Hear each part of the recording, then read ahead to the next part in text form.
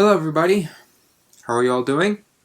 I know I haven't posted in a long time, very long time actually. I've been busy for the past couple of weeks. Well, last week I was kind of in a state of boredom, kind of not feeling good. But anyway, that's besides the point. I was going to talk about a game that I've played recently that I finished, and I wanted to talk about how much I like it and how much I enjoyed it. But last night I just happened to see the amazing movie that I just could not, I can't resist making a video about it. I've got to talk about it. And you might be wondering, well, what movie is that? There you go. That's your movie. So let's talk about it. So as you can tell by the title of this video, I have never seen Spider-Man Into the Spider-Verse up until this point. So in this video, I would just want to share my thoughts on it and give my review. So this movie is about a kid named Miles Morales who kind of lives an average teenage life. He goes to high school, he struggles in high school, he's the kind of teenager that's kind of slacking in his grades. He is also having conflicts with his family, like his dad, who is a police officer, and he always likes to just joke around. He's kind of the teenager that's looking for fun. But one day, he goes out with his uncle to go spray some graffiti on a wall and gets bitten by a spider. And then there's this big machine that he finds is being used by the evil villain Kingpin. And somehow, while the machine is being used, it explodes and then there's a mess. And now, all of a sudden, we have a whole bunch of spider people showing up in Miles Morales' hometown. Home city, I should say, rather. Going into this movie, I was kind of expecting to say, yeah, this movie's good. I was expecting to just be with everybody and just say, you know what, this movie's good, everyone's right. I was going to make a review about it anyway. I was just going to say, yep, this is a good movie. It's a good movie. But holy cow, after watching this movie, I had to say, this is not just a good movie, it's a great movie. My goodness, I've never seen such an awesome animated movie for a long time. I think the last one was the Lego movie, I think? Because, yeah, that movie was good too. So, what is the one thing that I really want to talk about with this movie? Well, the animation. The one word that I can think of to describe the animation in this movie is unique. I have never seen a movie like Spider-Man Into the Spider-Verse that uses this type of animation. It feels like you're watching a comic book come to life, and it's just really, really beautiful to look at. It looks really cool. There's a whole bunch of red and blue outlines on the characters and settings. It makes it feel like you're looking at a page on a book, but it's like 3D and it's just popping out. And I'm really wondering if they've designed this movie to be 3D, because that would make the watching experience a whole lot cooler. I mean, speaking of comic books, this movie just seems so self-aware that it's dealing with comic book characters and, well, is aware that Spider-Man is from a comic book. In fact, it makes several references to comic books. It will show Spider-Man comics in several scenes. There will be, like, little words in little text boxes that'll show up, and it'll either describe characters' emotions or where the location is or what's happening. And it's just like a comic book. On top of that, there's also words that just pop up in the animation that, like, characterize onomatopoeia sounds, like explosions, like kaboosh, bam, bam, pow, like those things you'd see in comic books where, like, a hero gets slammed in the face or a villain gets knocked out. There'll be, like, words that pop up to give some sort of sound effects to let your brain fill in. It's just a really, really fun movie. I can't believe how much fun I had watching this. The animation for this movie is easily the best part of Spider-Man Into the Spider-Verse. I mean, the fact that the movie is using all these comic book details in its animation just really shows that it's self-aware of who Spider-Man is and where he is from and where he started, basically. This movie is just aware that Spider-Man is from a comic book. But maybe you're not the kind of guy that's interested in comic books. Maybe you're just interested in, like, the plot and the characters and stuff.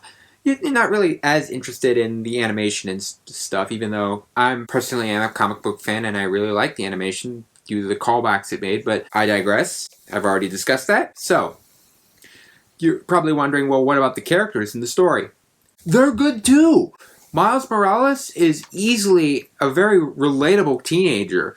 You watch him struggle through high school and stuff in the beginning, and all his family, as I mentioned like at the beginning of the video, you watch him go through that and you can easily relate to him. But not just that, when he gets his powers, he struggles to use them, and the film takes advantage of that and turns it into a comedy scene. Not only is that relatable to watch him like struggle with something new and unfamiliar, it's also really comedic, and it's brilliant use of humor in this movie. And watching Miles Morales' growth in his relationship with his father and his new life that he's trying to adapt to, that's also really fun to watch. And you're rooting for him throughout this movie to succeed because of those conflicts that I've mentioned. But what about all the other Spider people that are in the movie, like the ones that are on this cover of the DVD, for example? Or if you've watched the trailer, what about all those? They're fun too. And the way the movie decides to flesh out the characters is that every time they introduce them, they always have this big elaborate backstory where they just stop the movie for just a second, and it's like one of the Spider people will be like, okay, here's who I am, and here's how I got here, and what I'm doing. Yeah, you watch that over and over again, and it does get pretty funny with some of the characters and their intros. But overall, these characters are also likable, and they are also relatable and understandable. You understand why the characters in this movie do what they do, why they talk to Miles in a certain manner, why they say certain things to him, why they do certain things with him. They also all share the unique powers of, webbing, spider webbing.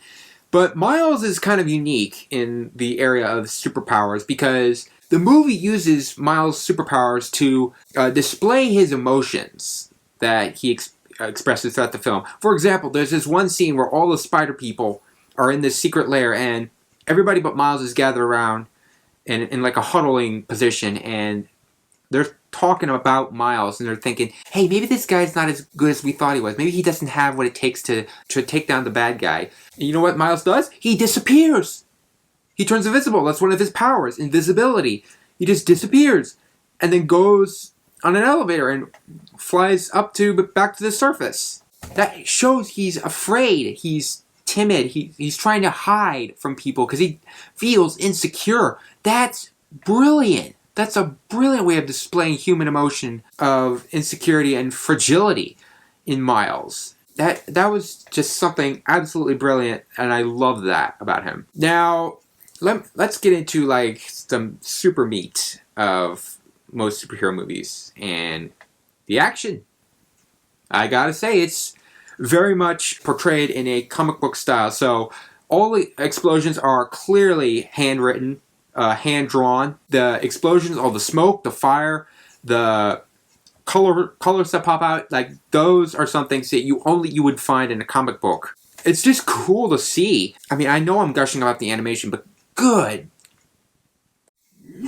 The animation is awesome. The fight scenes are all entertaining, they're all thrilling, and you care about the characters that are fighting. You don't feel bored, you don't feel like you want the movie to keep going. You are rooting for these characters as they're fighting all the villains that are featured in the movie. Also, the soundtrack, yeah, I liked it. I'm not familiar with a lot of the songs that I think they played during the movie. I don't know if they were made specifically for the movie, but they were cool too. The music also did help express the emotions that characters are going through. And I gotta say, I just have, at this point, had nothing but praise for this movie. Absolutely fantastic movie. And I would say that this is probably a perfect animated movie. Almost. There's one thing about this movie that really just kind of made me feel just taken aback, and not in a good way, and that is with one of the villains featured in this movie. Now, I'll say the main villain, as I've mentioned before, Kingpin is his name. He is not the problem. He's a good villain, he's fleshed out, his motives are clear, you know why he's doing what he's doing, he is an understandable villain. He was also animated really well to not only just look like the Hunchback of Notre Dame, but an oversized Hunchback of Notre Dame that looks like he could beat the living guts out of you. In fact, he does beat the living guts out of somebody.